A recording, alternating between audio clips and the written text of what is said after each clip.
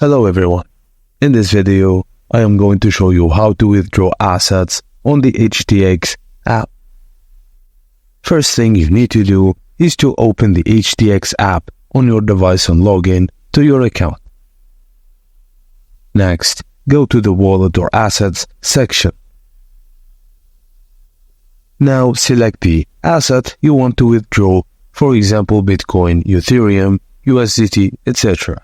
and then tap on Withdraw. Enter the recipient address or your address and the withdrawal amount. You have multiple withdrawal ways, so you can choose between a bank transfer or a wallet transfer.